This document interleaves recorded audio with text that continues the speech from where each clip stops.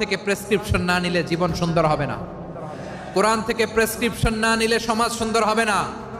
কোরআনের প্রেসক্রিপশন না মানলে রাষ্ট্র সুন্দর হবে না। কোরআনের প্রেসক্রিপশন অ্যাপ্লাই না করলে শুধু দুর্নীতি দমন কমিশন দিয়ে দুর্নীতি বন্ধ করা যাবে না। গভর্নমেন্টকে আমি বলবো, অল্প সময়ের জন্য আপনারা এসেছেন, সংস্কারও করতে হবে, আবার নির্বাচনও করতে হবে। সব সংস্কার হতে করতে পারবেন না, যতটুকু পারবেন এর মধ্যে আমাদের যে হিউজ ম্যান পাওয়ার, আমাদের যে মানব সম্পদ, হিউম্যান রিসোর্স, এটাকে ডেভেলপ করে আপনাদের যেতে হবে। যেটা পারবেন না সেটাকে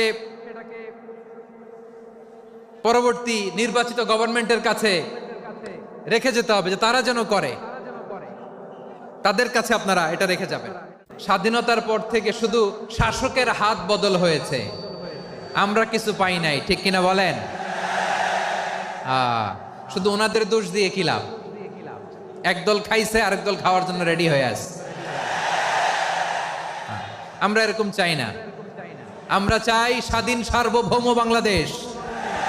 আমরা চাই দুর্নীতিমুক্ত বাংলাদেশ, দুর্নীতির আড্ডাখানা, আখড়াখানা বাংলাদেশ, ঠিক কিনা বলেন? প্রথম আলোর রিপোর্ট, কি আলো? প্রথম আলোর রিপোর্ট, গত 15 বছরে উন্নয়নের নামে লুটপাট হয়েছে প্রায় 3.25 লাখ কোটি টাকা। কার রিপোর্ট? আমাদের বানানো কথা। প্রথম আলোর রিপোর্ট। গত 15 বছরে কারা ছিল জানেন তো? হ্যাঁ, শুধু ওনাদেরকেই দোষ দিয়ে লাভ নাই। আমাদের শ্রমিক ভাইয়েরা বাইরে কাজ করে, আমাদের শ্রমজীবী ভাইয়েরা, প্রবাসীরা, তাদের ব্যাপারে গুরুত্ব দিতে হবে। আমাদের শ্রমের দাম সবচেয়ে কম, সবচেয়ে কম। তারা এম্বাসিতে গুরুত্ব পায় না, এয়ারপোর্টে গুরুত্ব পায় না।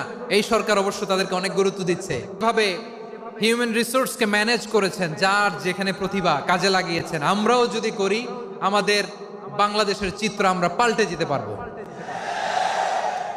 আমরা শুরুতে শুনেছি মানুষের আছে অসীম সম্ভাবনা, প্রতিটা মানুষ অনন্য। যত্ন নিলে, যথাযথ পরিচর্যা করলে মানুষ বিশ্ব জয় করতে পারে, ঠিক কিনা?